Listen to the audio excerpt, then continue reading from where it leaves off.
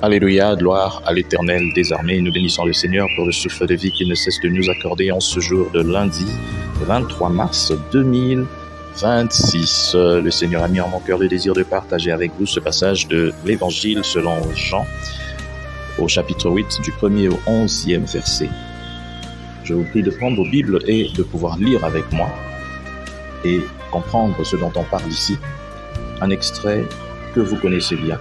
En ce temps-là, Jésus s'en alla au mont des Oliviers. Dès l'aurore, ça veut dire tôt le matin, il retourna au temple. Comme tout le peuple venait à lui, il s'assit et il se mit à enseigner. Les scribes et les pharisiens lui amènent une femme qu'on a surprise en situation d'adultère. Ils la mettent au milieu et disent à Jésus, « Maître, cette femme a été surprise en flagrant délit d'adultère. Or, dans la loi de Moïse, il nous est ordonné de lapider ces femmes. Et toi, que dis-tu » Il parle ainsi pour mettre à l'épreuve le Seigneur afin de pouvoir l'accuser. Mais Jésus s'étant baissé et du doigt, il écrivait sur la terre.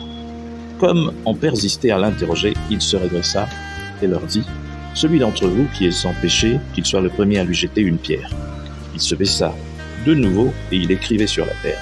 Et eux, après avoir entendu cela, s'en allaient un par un en commençant par le plus âgé. Jésus resta seul avec la femme toujours là au milieu. Il se redressa et lui demanda, « Femme, où sont-ils donc?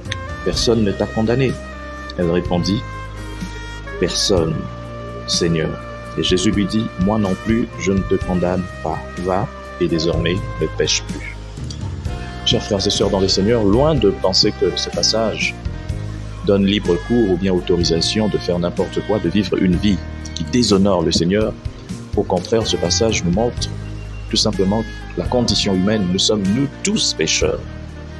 Mais la façon dont nous nous traitons les uns vis-à-vis des autres, c'est ce qui attire l'attention du Seigneur Jésus-Christ.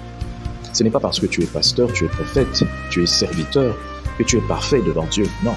Il y en a même qui portent le nom de serviteur de Dieu, mais qui font des péchés pires que les païens. Le problème, ce n'est pas de tomber, mais c'est de savoir en qui on est. Et ici, le Seigneur veut nous montrer autre chose. Il y en a qui, semble-t-il, ont le droit de pécher. Les pharisiens et les scribes, les personnes qui se considéraient supérieures aux autres, plus proches de Dieu. Et c'est la même chose aujourd'hui. Beaucoup n'évangélisent pas. Beaucoup se plaisent à critiquer. Et de fois, on critique même dans l'église.